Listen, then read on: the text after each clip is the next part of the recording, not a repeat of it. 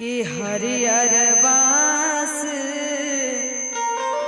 कटैया जी बाबा मारावा चढ़ी हो बनाई हो। सीट नहीं बंद कीजिएगा भैया। कि आई है सुनर बर बैठी है मारब दो सत मारब तोर हो।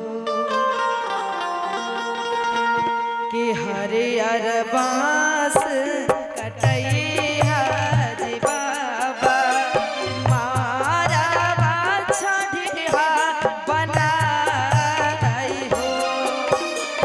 आई है सुनर बर बैठी हो मारब दो सत मारब तोर हो।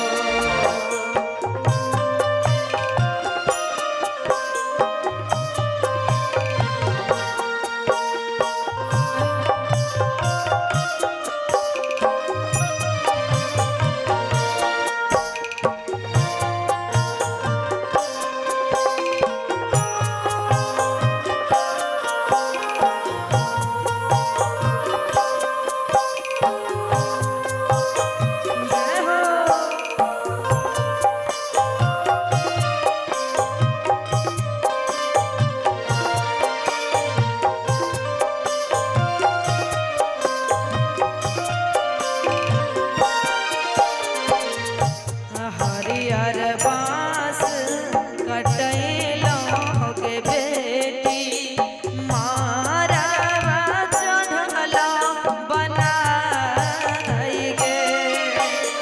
आई है सुनर बर बैठी है मारब शोभता मारब मोर गे।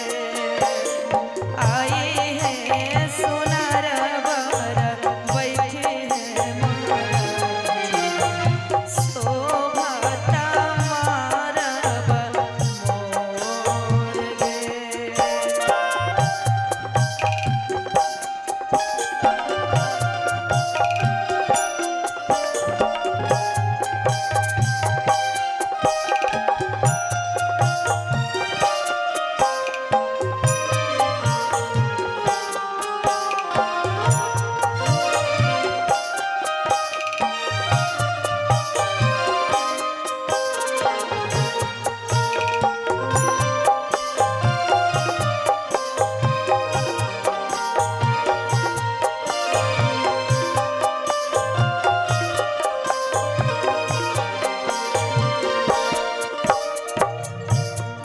गौरी बैठल लौआ बास ब्राह्मण एक और जाना करी की बाप है।